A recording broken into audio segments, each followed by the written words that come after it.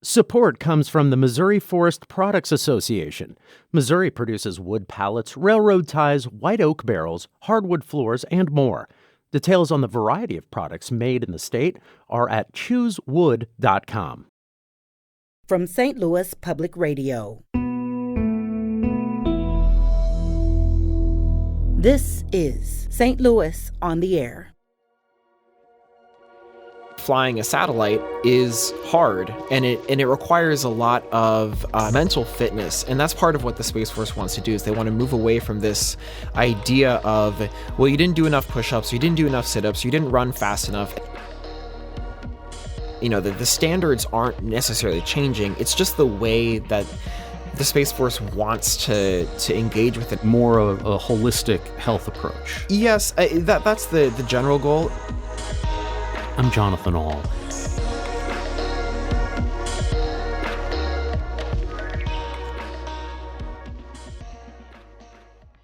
The newest branch of the armed forces in the United States is dramatically changing the way it assesses physical fitness. The Space Force. Eric Schmid, St. Louis Public Radio's business and economics correspondent, who is transitioning off of his job as the Metro East correspondent and also covers military things for the American Homefront Project and juggles rabid badgers. Eric Schmid, thank you for being on the show. You're welcome. Thanks for having me. And the litany of different tasks that I have done here. You are a person for all ages, and we appreciate it. So you did this very interesting story that we heard this morning on St. Louis Public Radio. What did you find when you were looking into how Space Force is assessing the physical fitness of its members? Yeah, I think it's interesting. They want to take a different approach to what has been going on. I think, every single branch has had some version of a once a year annual test, kind of like what many people have had experience with in high school. The Air Force one, for example, which is what I was able to see, involves a 1.5 mile run. It involves push-ups. It involves sit-ups. And I remember doing that when I was a high schooler. Those things are ways that we have decided is a good way to measure fitness, and the Space Force wants to look at different options, mostly because it's a smaller force. It has vastly fewer people than the next largest military designation, which is the Marines, I believe. And so they wanted to use technology like a Fitbit or Garmin fitness tracker, this thing called an Oura Ring, to keep better track of physical activity over the entire year and not just rely on a single point in time, one day, one test to determine if somebody is physically ready to do what they need to do for their service. Isn't part of the motivation that Space Force, and we may need to talk a little bit about what Space Force actually does, but these are highly technical people that are working very hard on some very, very intense knowledge-based functions for the military. And for lack of a more genteel way of saying it, these are the nerds. and there's a belief that, if you are working on satellite technology, do you need to do 50 push-ups? Yeah, I think there is some sort of a recognition of that. A lot of what the Space Force does is, as you say, it is the nerds. I was out in Colorado Springs earlier this year, and most of the people I got to speak to who are part of the Space Force were super excited about all of the scientific aspects of it. Orbital mechanics and different physics going on in outer space, a lot of engineering.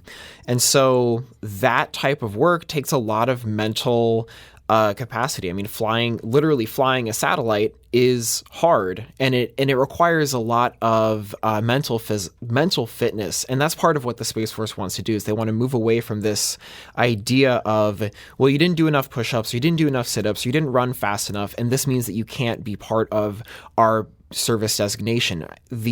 My understanding from the leadership who I spoke to was that there's a recognition that this is not the kind of military service that they want to build in, and they recognize that if there is a hard and fast way that fitness could rule out people who are have lots of expertise, who are very able to do the kinds of things that they need for them to do in space, or the types of calculations on Earth about space, that having a physical fitness test be limiting might preclude people who could be their best guardians, as the troops in that service are referred to.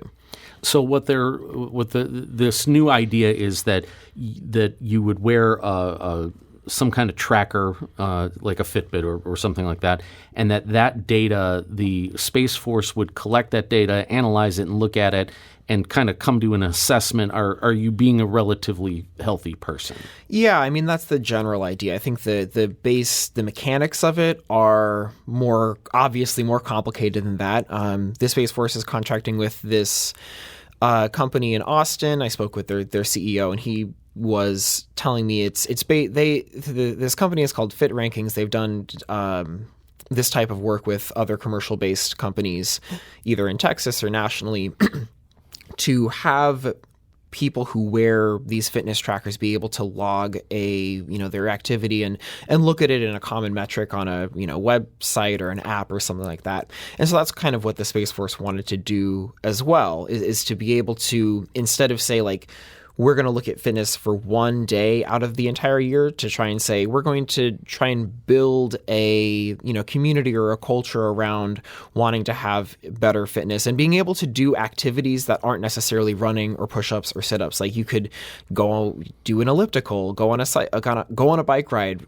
presumably go for a swim, and all of those types of activities would be able to log over time because it's not tied to one type of activity. So it could check your resting heart rate. It could check your blood pressure. And if those are out of line, they could say, well, are you moving enough? How are you eating? And so it would be more of a holistic health approach. Yes, that's the general goal.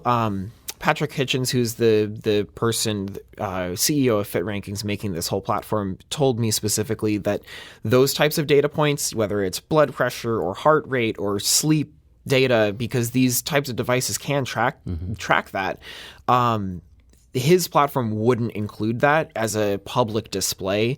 What my understanding was more that those data points were for the individual member to take note of and say, oh, I got 6 hours of sleep last night, even though I was in bed for 8 hours or 9 hours or whatever, and be able to bring that up with their own personal health practitioner in a private setting, so that it's not like, the Space Force is looking at how much you sleep and your heart rate and, did you stand up enough, or, those types of health markers can be pretty invasive, depending on who you are, and I think it's probably a good idea to not have all of that be publicly available. Hitchens said he wanted to use their company would use the least amount of data possible to develop this metric or publish the metric. What about the argument about the armed forces and discipline and physical fitness being a part of every soldier or airman's responsibility and part of them being in the armed forces? There's definitely an argument that PT is much more than just about health. It is about the culture of the armed forces. So are we talking about a culture shift as much as we're talking about a different health assessment? I would think so, yes. I mean, the leadership in the Space Force want to make the military service or this branch something that is not as punitive. I mean, in terms of fitness, not having it be this carrot or stick, making it be a something that you have to achieve to be able to do your service, trying to make it into something that they work together on. It extends beyond that too, in terms of, I'm sure people who are in the military who are listening know about the permanent change of station, or PCS, where you get an order and it says this is where you're going to go, and you have 3, 6, however long to make it happen. What I heard from the leaders in the Space Force who I spoke with, they said, we want to be able to work with our service members on where they want to go and be able to accept, no for an answer, or, I don't really want to go to this place, or this is my career goals. So it is indicative of a larger shift, or a larger, cultural shift when it comes to that, and trying to build a place where they can recruit for the future, because I'm sure, as you know from your own reporting, that military recruitment is pretty difficult right now. And a lot of the young population in America isn't qualified to serve in the military because they couldn't meet the physical requirements. That is a really big thing that precludes service. However, the Department of Defense still has a memorandum that it put out earlier this year that says every single service designation, it needs to have some sort of physical assessment, needs to assess body composition, for the specific readiness of what the service or their specific service requires. So that's not going away. The standards aren't necessarily changing. It's just the way that the Space Force wants to engage with it and wants to measure it and wants to move it away from something that is, so high stakes. I mean, when I was out at Scott Air Force Base recording this fitness test, which was a little weird. I mean, I don't know about you, but I don't want somebody showing up and being like, all right, I'm going to stick a microphone and listen to how well you do your physical assessment. But,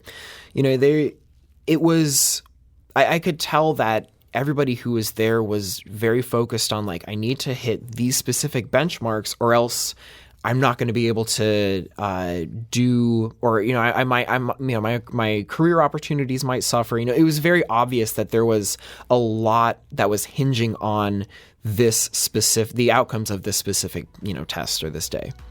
Eric Schmid, St. Louis Public Radio reporter. His story on fitness tests and Space Force is on our website, STLPR.org. Eric, thank you very much for joining us today. You're welcome. St. Louis on the Air is a production of St. Louis Public Radio. Understanding starts here. Our podcast proudly supports St. Louis artists by using music from Life Creative Group. Do you find yourself regularly listening to episodes of St. Louis on the Air? Suggest us to a friend you think might enjoy our conversations. And leave us a review and rating on Apple Podcasts on the App Store. It's the simplest way to help people discover our show. Thanks. St. Louis Public Radio is a member-supported service of the University of Missouri St. Louis.